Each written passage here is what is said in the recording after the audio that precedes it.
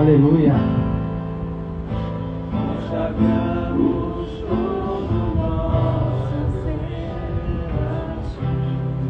Quem que entendeu a palavra do Anderson aqui? Amém. Amém. Eu não combinei com ele, mas exatamente é o que eu vou falar aqui. Você acredita? É verdade. A base do meu sermão hoje aqui é exatamente a linha que você comentou. Amém. Amém. Alinhamento do Espírito. Amém. E eu queria começar lendo Mateus capítulo 3, versículo 11, que diz assim: E eu, em verdade, vos batizo com água para o arrependimento. Mas aquele que vem após mim é mais poderoso do que eu, cujas sandálias não sou digno de levar. Ele vos batizará com o Espírito Santo e com fogo. E aí eu queria explorar esses dois pontos como parte central dessa mensagem, e queria que vocês prestassem atenção, senão vocês não vão entender.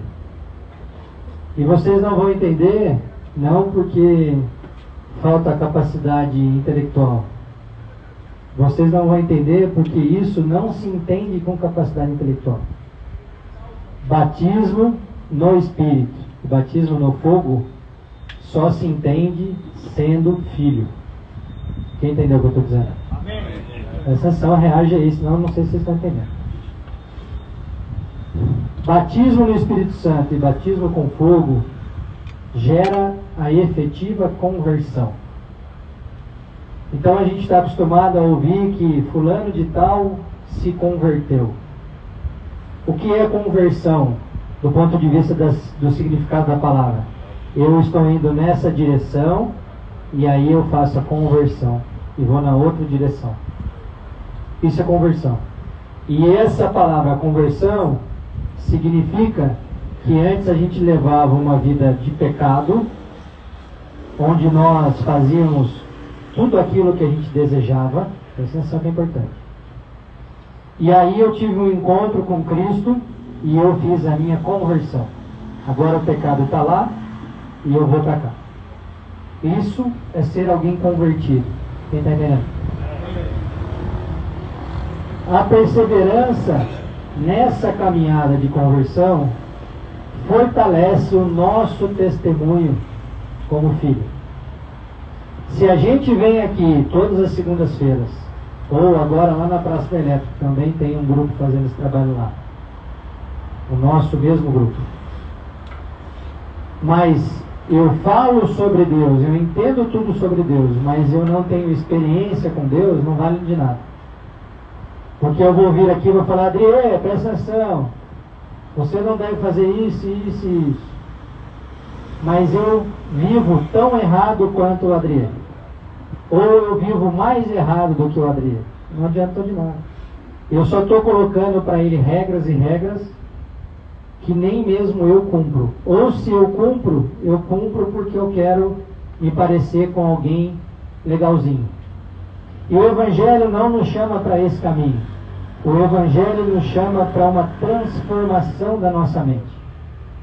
E como que eu transformo a minha mente? Como que eu transformo a minha maneira de pensar? Me convertendo. Então o pecado está lá e eu vou para cá. Simples assim. Ah, mas eu já estou fartão, estou convertido há bastante tempo, eu posso ir lá me misturar. Não. Você vai sempre fugir do pecado.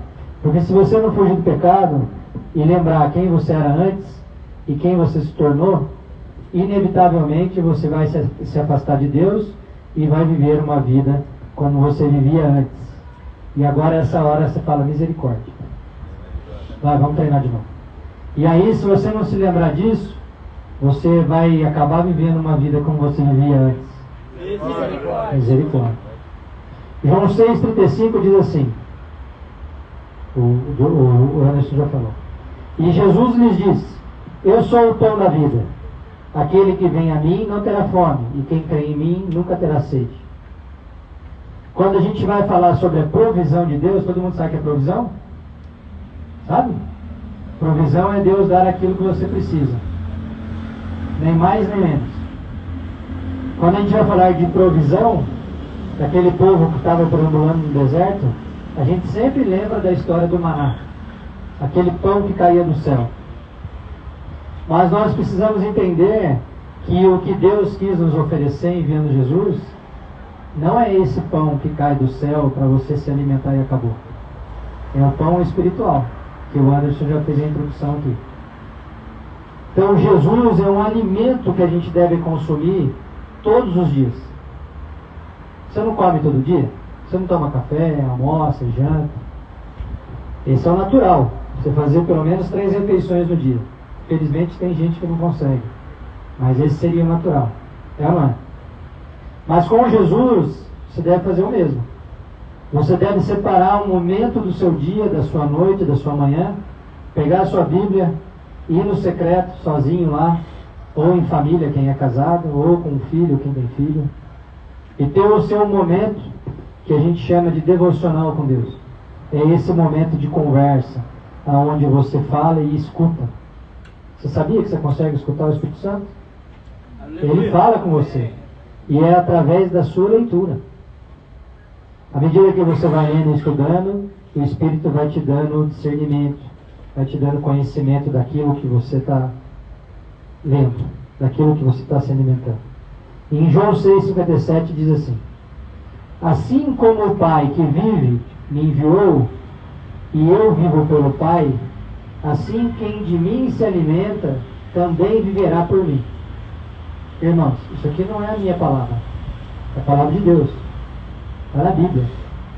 Este é o pão que desceu do céu, não como de vossos pais que comeram o maná e morreram. Quem comer este pão viverá para sempre. Aleluia! A gente sabe que Jesus se entregou na cruz pelos nossos pecados, se fez maldito. Ei, o Xandão, Jesus se fez maldito por você e por mim também.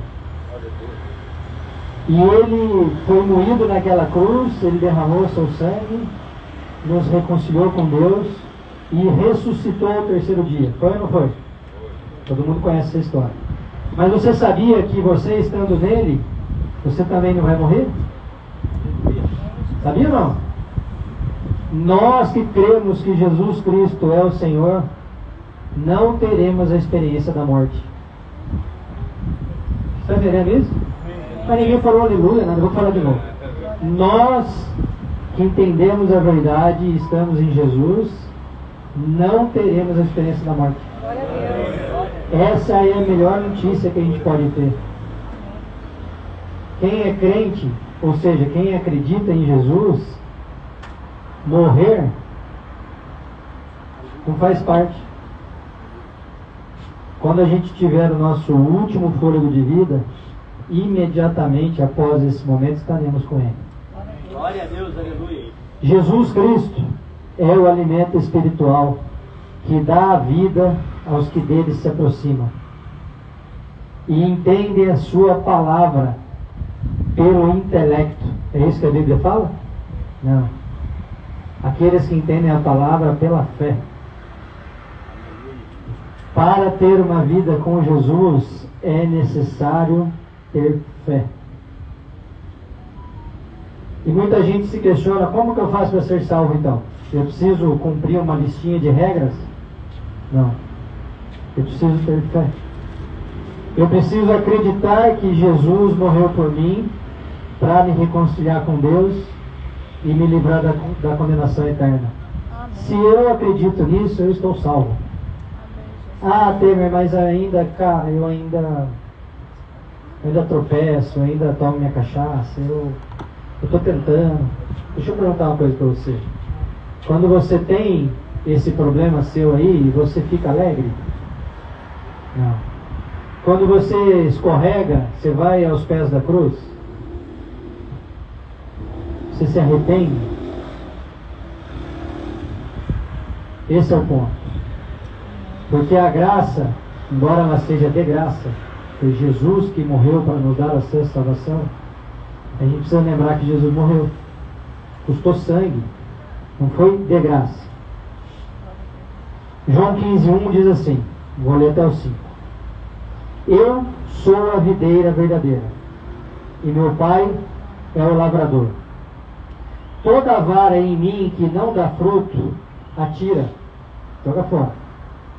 E limpa toda aquela que dá fruto, é a poda. Por isso que muitos dos que já estão salvos, que conhecem, presta atenção aqui, deixa ela lá. Todo mundo que dá fruto, que já conhece a Jesus, que já acredita em Jesus, tem dificuldade. Porque Jesus poda, para que dê mais fruto.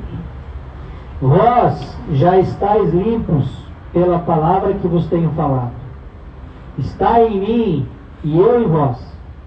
Como a vara de si mesma não pode dar fruto, se não estiver na videira, assim também nós, se não estivermos nele. Eu sou a videira, vós as varas. Quem está em mim e eu nele, esse dá muito fruto, porque sem mim nada podeis fazer. Deu para entender? Se eu não estou em Jesus, eu não consigo dar fruto.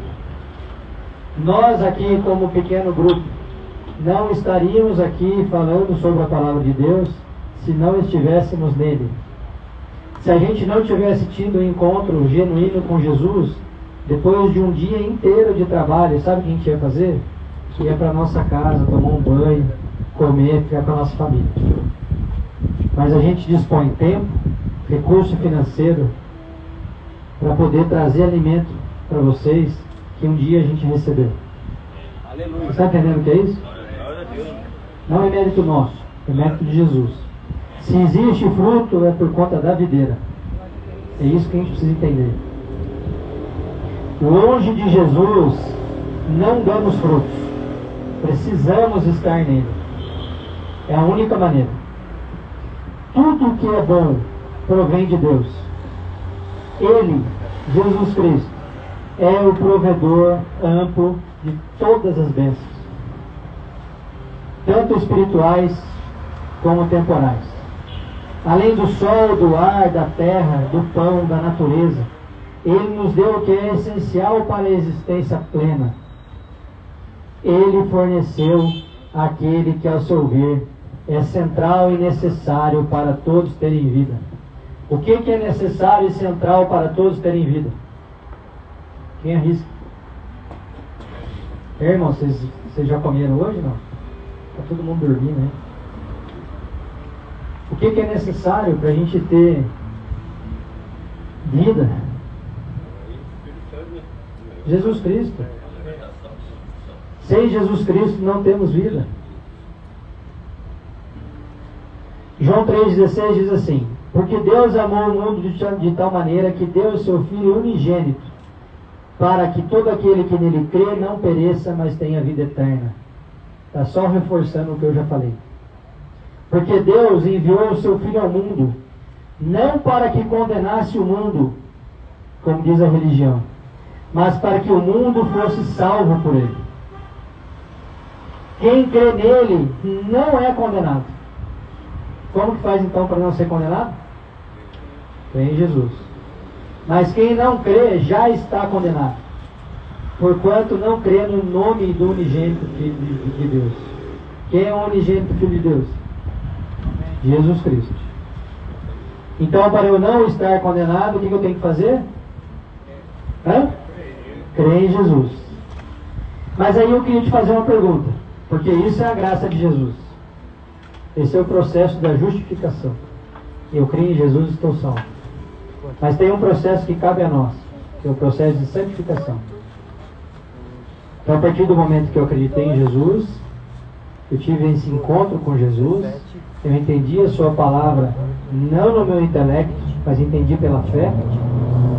E agora eu tenho uma caminhada até eu me encontrar com Ele, porque eu morri, ou até que Ele volte para nos buscar. Todo mundo sabe que Jesus vai voltar. Amém? Esse processo de quando eu entendi pela fé, até eu me encontrar com Jesus de uma forma ou de outra, porque todos vamos, como que eu tenho que viver? Do mesmo jeito que eu vivia antes? Como que eu tenho que viver? Em novidade de vida. Mas não dá para a gente esperar que alguém que era extremamente pecaminoso, que não tinha moral nenhuma, que não tinha valores nenhum, se torne uma pessoa extremamente correta. Isso não tem como fazer, só se fosse uma mágica. O que a Bíblia nos apresenta é que existe uma caminhada, chamada caminhada da justificação, onde eu vou sendo pouco a pouco transformado pelo Evangelho, e mesmo aquilo que eu ainda faço de errado, eu já não faço gostoso mais. Você está entendendo? Amém. Quando eu tropeço e caio, e a gente deve fugir disso, que fique muito claro, mas quando acontece, e infelizmente vai acontecer muitas vezes, eu já fico com a minha consciência, não fica legal. Sabe aquilo que você faz de errado e depois que você acabou de fazer, o Espírito Santo te incomoda e você fala assim, putz. Então não é.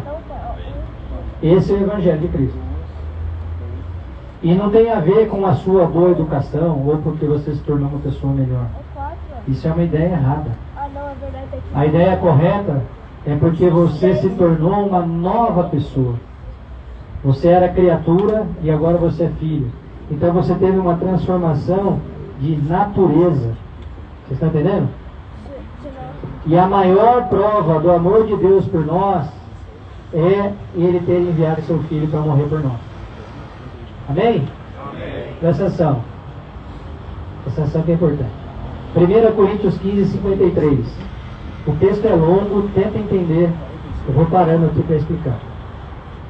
Porque convém que isto que é corruptível se revista da incorruptibilidade, e que isto que é mortal se revista da imortalidade. Aleluia. Nós somos totalmente corruptíveis, naturalmente falando. Se alguém vier nos oferecer um dinheiro para fazer uma coisa errada, nossa primeira intenção vai ser topar. Me dá o dinheiro aqui, eu vou fazer isso que você está pedindo. A outra questão é que nós, naturalmente, essa matéria, a carne aqui, ó, ela acaba. A gente envelhece, fica doente. Já não é verdade. Mas tem uma maneira de eu não me curvar para essas propostas erradas que vez ou outra eu recebo. É através de quem, irmão? De quem? Dá para falar alto? Jesus. E como que eu faço para a minha matéria, carne, não acabar depois que eu me for? Acabei de falar. Eu tenho que estar em quem? Em Jesus Cristo. É isso aí. E quando isto que é corruptível se revestir da incorruptibilidade, E isto que é mortal se revestir da imortalidade, então vai ser cumprida a palavra que está escrita: tragada foi a morte na vitória. Irmãos, Jesus venceu a morte e nós, estando nele, venceremos também. Amém? Aleluia, amém. Onde está, ó morte, o teu aguilhão? Onde está, ó inferno, a tua vitória? Ora, o aguilhão da morte é o pecado, e a força do pecado é a lei. Mas graças a Deus, que nos dá a vitória por nosso Senhor Jesus Cristo. Portanto, meus amados irmãos, sede firmes e constantes, sempre abundantes na obra do Senhor. Amém, Jesus. O que nós estamos fazendo aqui, irmão? A gente está tentando passar para vocês aquilo que algum dia alguém passou para nós. É para isso que a gente é chamado. Eu já falei aqui algumas vezes, quero falar de novo. Todos sabemos que Deus é um Deus coletivo. Deus nos criou, Filho veio para nos salvar e o Espírito Santo ficou em nós para conduzir nesse processo. Esse é o nosso Deus. E quando Deus te criou, Ele não te criou para você tomar cachaça, Xanã. Quando Deus te criou, Ele não te criou para você usar droga ou dar renda. André, você está entendendo isso? Estou falando o nome dos dois porque a gente tem mais liberdade. Mas vale para qualquer um de nós. Vale para mim também. Vocês estão entendendo? E a gente tenta fazer com que Deus é um bobinho que não sabe aquilo que está no meu coração. Vou fazer escondido. Mesmo que a gente faça algo que aparentemente é bom, como que a gente está fazendo aqui. Se a motivação for errada, eu estou pecando. Então a vida com Deus não é uma vida simples. Eu sempre falo isso e é verdade. Andar com Jesus não vai te custar muito. Andar com Jesus vai te custar tudo. Porque vocês lembram que é uma caminhada de conversão? Eu estava indo para lá, irmãos. Aí eu tive um encontro com Jesus, tem que ir para outro caminho. É para isso que Jesus nos chama. Para que a gente mude a nossa rota. Então, se a fé vem pelo ouvir e ouvir a palavra de Deus, e eu ouvi a palavra de Deus, eu acreditei que aquele sangue derramado foi para me livrar da condenação eterna, eu tive a minha experiência de conversão, e aí eu faço o que da minha vida? Pergunta aí para mim. O que eu faço da minha vida agora? Alguém pergunta aí para mim. O que você faz na sua vida agora? Gálatas 2:20 responde a sua pergunta. Boa pergunta. Já estou crucificado com Cristo. Aleluia. E vivo não mais eu, mas Cristo vive em mim. E a vida que agora vivo na carne, vivo-a pela fé no Filho de Deus. Quem é Filho de Deus? Glória a Deus, aleluia. Quem é Filho de Deus? Jesus. O qual me amou e se entregou a si mesmo por mim. Isso não é brincadeira, meu irmão. Deus abriu mão de toda a sua glória, veio em forma humana para morrer por um monte de pecador. Estou me incluindo nisso, tá? Para morrer por um monte de pecador, para libertar pessoas pecadoras de uma condenação que seria justa. E ela de tão justa, Deus não podia simplesmente nos perdoar sem fazer nada. Ele precisava mandar Jesus para morrer por nós, para cumprir a justiça dele. Quem está entendendo isso? Jesus, a justiça foi cumprida em Jesus. Se Deus não manda Jesus para morrer no nosso lugar, não tinha como a gente ser reconciliado com Deus. E essa vida com Jesus Essa vida ao lado de Jesus não tem a ver com uma mudança de comportamento. Se o Xandão, vou pegar o Xandão hoje aqui como exemplo. Se o Xandão quiser simplesmente parar com as práticas erradas dele, que ele sabe, porque ele está fazendo força para ter um comportamento melhor, tem chance de dar certo? Tem? Nenhuma chance. Na força dele, obrigado. Na força dele ele não vai conseguir. Mas pelo Espírito Santo, a partir do momento que ele acreditou em Jesus, e o Espírito Santo fez morada no coração dele, através da força do Espírito Santo ele consegue. Vocês estão entendendo isso?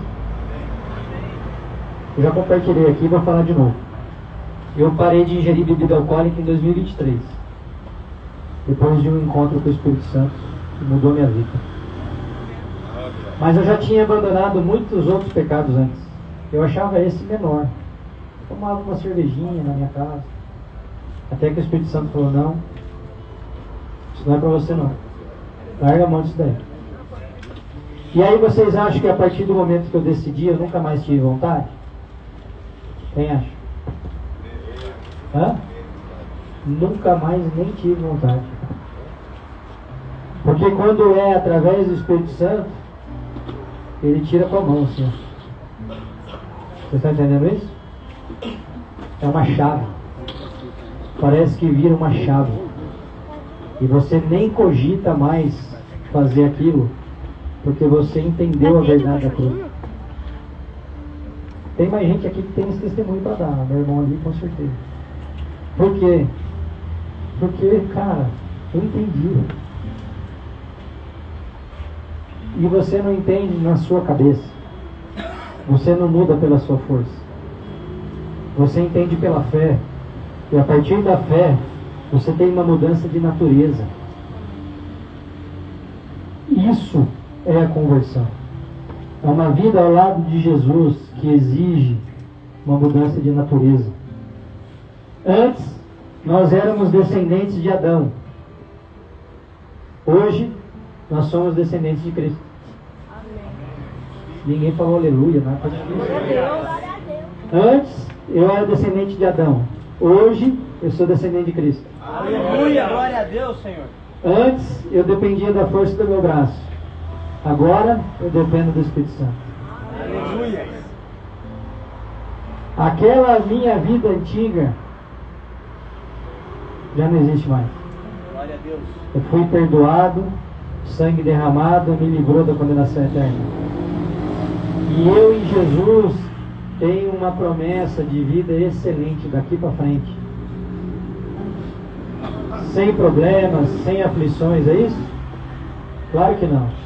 Mas eu sei que independentemente do problema e da aflição que eu tiver, Jesus vai estar ao meu lado. Eu vou passar pelas águas e elas não me afogarão. Eu vou passar pelo fogo e chama nenhuma arderá em mim. É isso que a Bíblia nos promete. E se está na Bíblia, meus irmãos, está feito. Você está entendendo isso? Agora não se engane, presta atenção nisso que é importante. Para nós termos como herança o que está na Bíblia, nós precisamos ser filhos de Deus. Não existe herança. Quando você morrer, a sua herança não vai para o seu vizinho. A sua herança vai para o seu filho. Está entendendo isso? Quando os meus pais falecerem, a casa que eles têm lá vai ficar de herança para mim e para os meus irmãos. Não vai ficar de herança para os meus primos. E com Deus não é diferente. A herança de Deus prometida na Bíblia não é para o velho homem, para a criatura. A herança de Deus prometida na Bíblia é para os filhos de Deus. E eu só consigo ser filho de Deus estando em quem? Em Cristo, em Jesus. Então eu preciso, hoje, decidir ser filho de Deus. Amanhã pode ser tarde. nós não sabemos quando é o nosso último momento nesse mundo aqui. Quem está aqui que pode garantir que vai acordar amanhã cedo? Ninguém. E muitas vezes essas coisas acontecem e a gente fica sem entender o porquê. Será que dá tempo? Será que essa pessoa já entregou a vida para Jesus? É isso que a gente precisa fazer. Então, se você ainda não entregou a sua vida para Jesus, esse é o momento. Se você não entregou a sua vida para Jesus, esse é o momento de você vir aqui na frente para a gente orar por você. Se você quer entregar a sua vida para Jesus, essa é a hora. Aleluia. Mais alguém? Você que ficou aí no seu lugar, estende a mão para cá. Vamos orar. Pastor Pedro, começa aí para eu molhar a boca.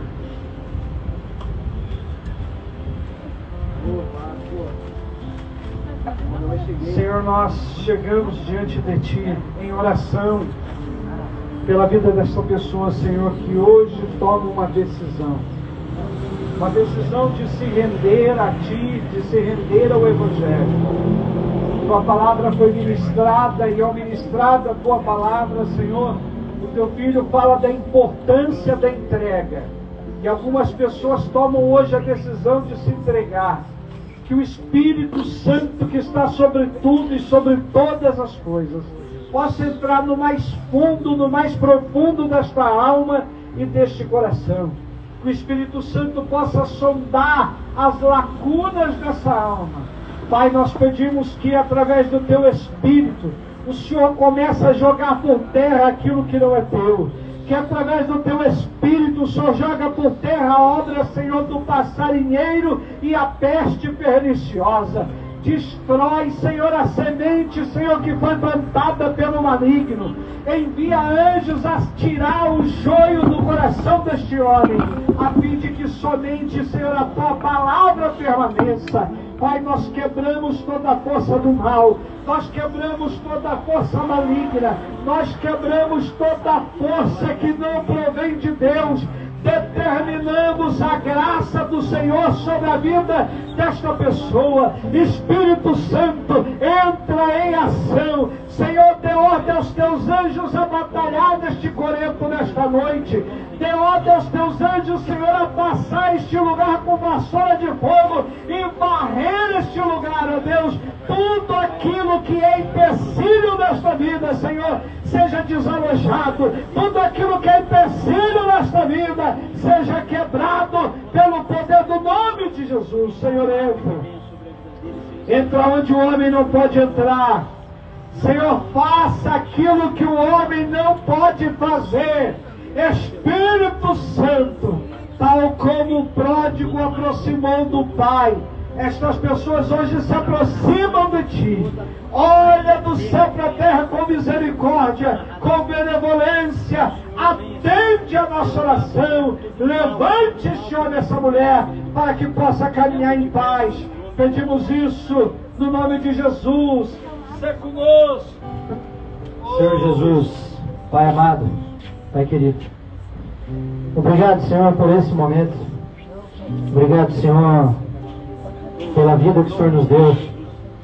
Que a Sua palavra convença essas pessoas, esses nossos irmãos, do pecado, da justiça e do juízo. Que eles entendam, Senhor, não pelo intelecto, mas que eles entendam pela fé que o Senhor é Filho de Deus, que o Senhor veio para nos salvar, que o Senhor veio para nos reconciliar com Deus, mas que o Senhor se entregou naquela cruz, Pai, não para que a gente viva uma vida de mentira, uma vida de aparência, mas que a gente viva uma vida de entrega, que a gente entregue, Senhor, não muito para o Senhor, mas que a gente entregue tudo verdadeiramente. Ô Senhor Jesus, eu te peço que o Senhor liberte essas pessoas do cativeiro das suas vontades, que o Senhor tire deles qualquer tipo de vontade que o desagrade. Nós cremos, Senhor, que o Senhor que começou a boa obra é fiel para completá-la. Que o Senhor assim faça.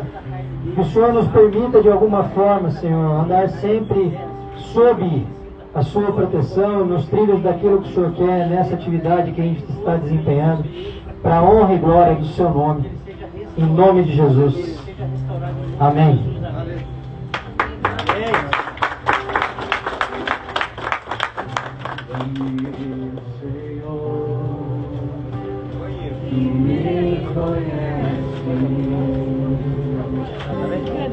Não põe a mão. Se você pôr a mão, não dou nem a marmita pra você. Vai pra lá. Eu sei o bolo que eu vou dar pra você agora. Você tem que aprender a não pôr a mão, velho. A gente daqui toma todo cuidado pra gente não pôr a mão nas coisas. Não é a primeira vez que você vem pra pôr a mão.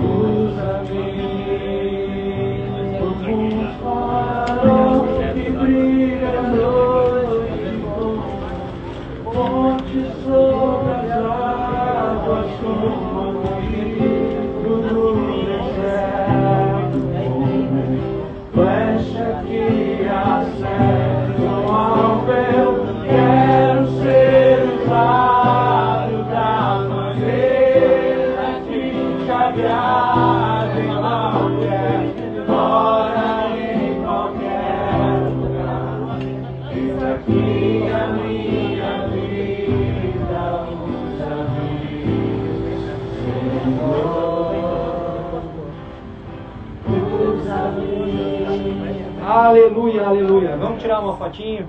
Vamos.